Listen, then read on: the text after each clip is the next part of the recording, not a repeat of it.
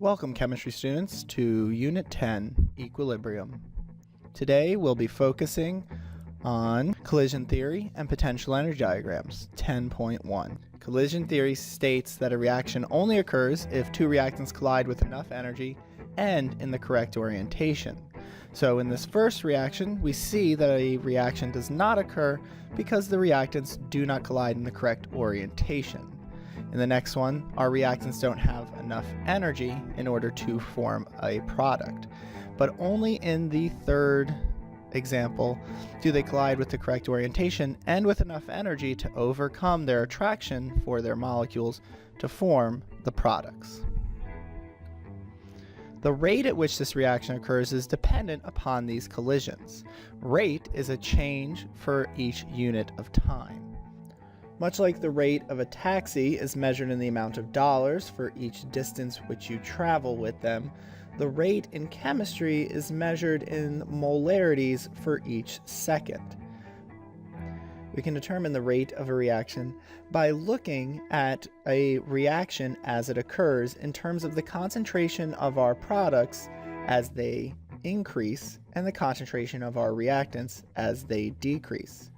Initially, our reactants are very plentiful and they collide very frequently, forming many collisions that produce a product. However, as more reactants are used up, this rate eventually slows down. The rate at which our products appear initially starts very quickly, but begins to taper off as less and less reactants are able to collide. There are several things you can do to increase the rate at which a reaction occurs. You can choose different reactants. Some reactants are extremely reactive while others are slightly less reactive. You can increase the concentration of your reactants, causing more collisions to occur and therefore more chance that they will be fruitful. If you're working with a solid, crushing a solid up to increase its surface area will provide more locations for those collisions to occur. And increasing the temperature at which a reaction occurs.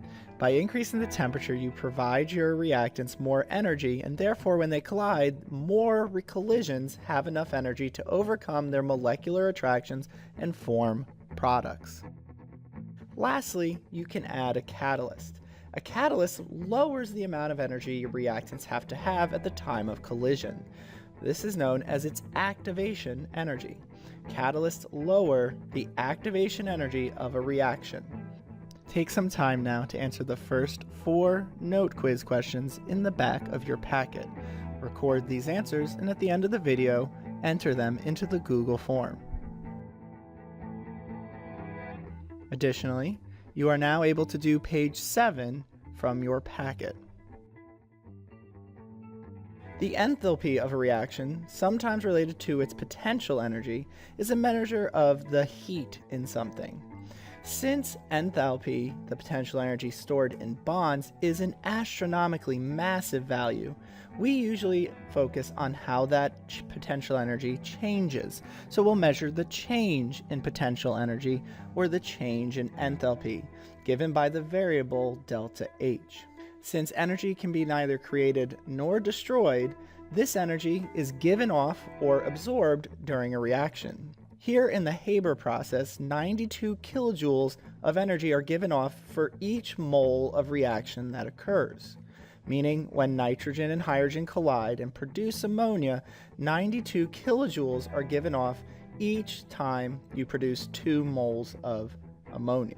In order for this to happen, the bonds in nitrogen and hydrogen have to break, and the bonds have to reform and reshape themselves into ammonia. This breaking of bonds requires energy. Much like if you were going to pull this chain apart, you would have to put energy into it. When bonds form, energy is released because single atoms have substantially more energy than bonds, which is why molecules form in the first place. The difference between the potential energy or the enthalpy stored in your products and the enthalpy stored in your reactants is known as the enthalpy or the heat of a reaction.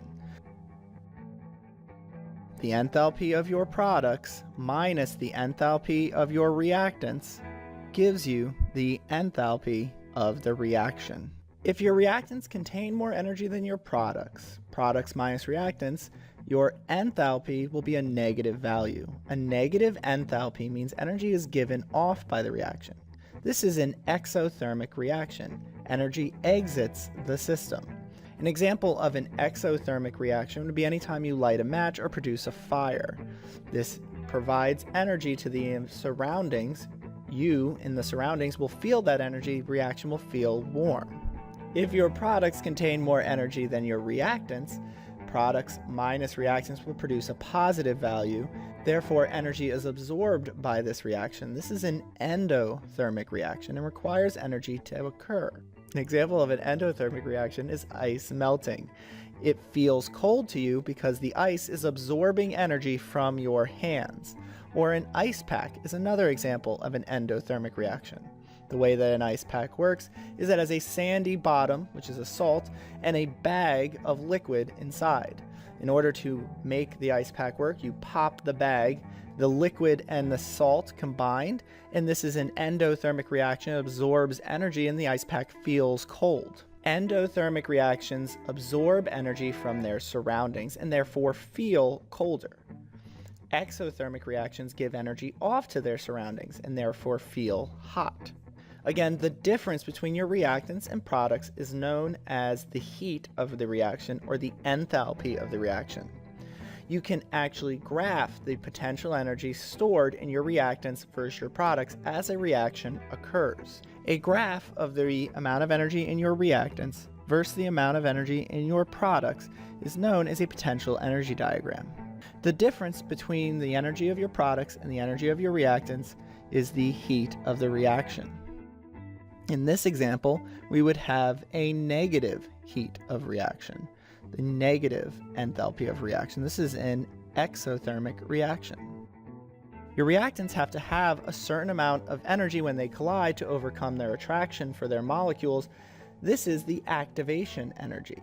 This hump on the potential energy diagram shows the amount of energy your reactants must have when they collide to produce a product.